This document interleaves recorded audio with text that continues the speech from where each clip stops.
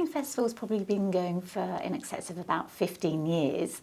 And basically, I mean, the Isle of Wight is such a beautiful place. It was just the place to bring together all the activities, cycling activities on the island.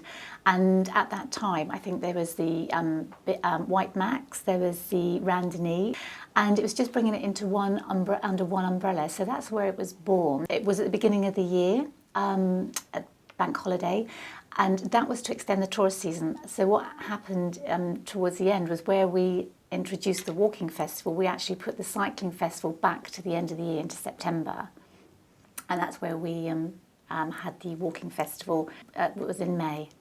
And how did the walking festival come about? Well, it's quite interesting actually, because there's a gentleman called Colin Kefford, and he was a long distant walker, and he just sent a letter to the Isle of Wight Tourism and just said, why, with all these, you know, lovely footpaths, because we've got 500 miles of well-maintained footpaths, why aren't we doing a walking festival? That was 12 years ago, and that's when it all started. There's a business plan for the walking and the cycling festival. What we do is we work quite closely with all the national magazines and also national tabloids. And we have our own PR activity lady here, Sue Emerson, and she actually promotes them for us. We do have specific plans for each of the events, and you need that, I mean, for them to become successful. The AONB, Area of Outstanding Natural Beauty, and we work very, very closely with them, and they do our analysis for both the walking and the cycling. It's quite important actually with our marketing, because the island is absolutely fantastic. We've got over 50% of the Isle of Wight is designated as an Area of Outstanding Natural Beauty.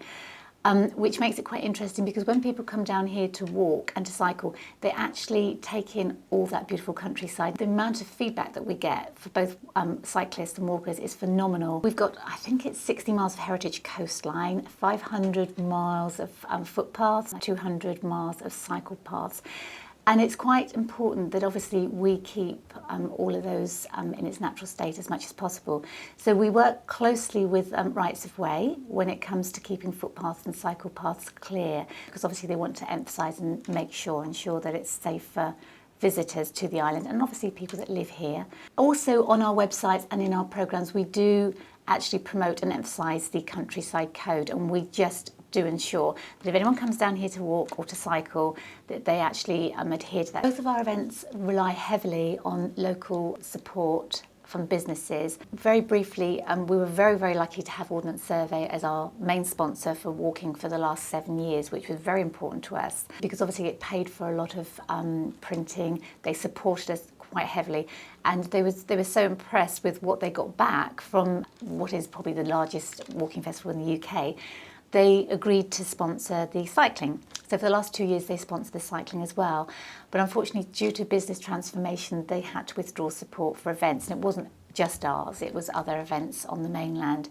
We still look for national companies, corporate companies to come on board and sponsor us. Columbia Sportswear, they were our clothing sponsor for the Isle of Wight Walking Festival this year. So that was a huge sponsorship.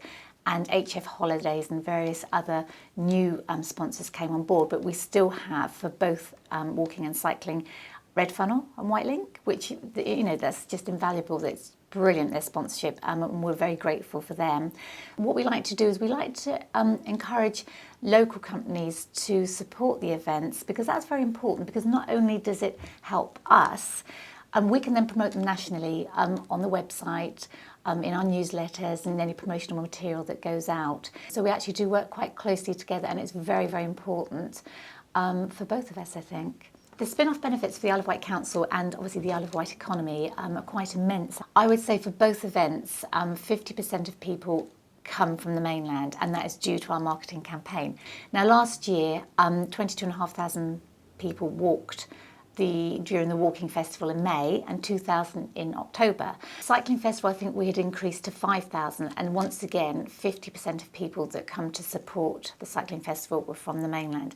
So if you bear that in mind, there's huge benefits. And for an example, which is quite exciting, went on a walk on Sunday, and one lady was on her own, and I was speaking to her, and she said she woke up in the morning, it was lovely and sunny, she lived in London, she'd Googled the festival, the walking festival, and thought, I'll come down and do one walk. And she did, and she came down and did the walk and went and spent time on the island, and she's vowed to come back. And it just goes to prove that, you know, the marketing works, the website works, and people come here, and then of course they stay here, they spend their time on the island, and the economy benefits from it. The walking and cycling festivals are really good examples of large events that can be held on the Isle of Wight. They're very, very successful.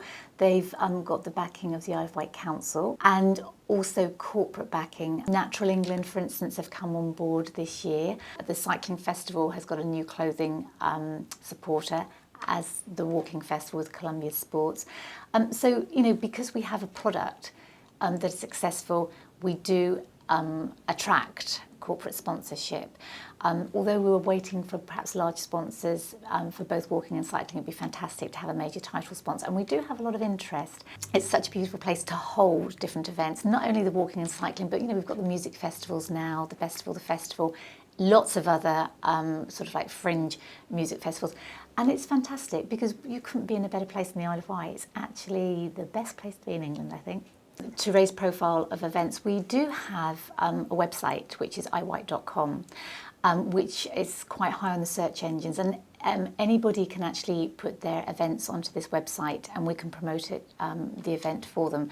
We're in the process also of devising some information packs, so if anybody wants to put on a local event and they're not quite sure what they have to do, how they apply for licenses, this hopefully very shortly will be put onto iwhite.com, so people can actually download, and they will have like a little blueprint of how to go about starting an event. So what advice would you give to anyone trying to set up an event on the island?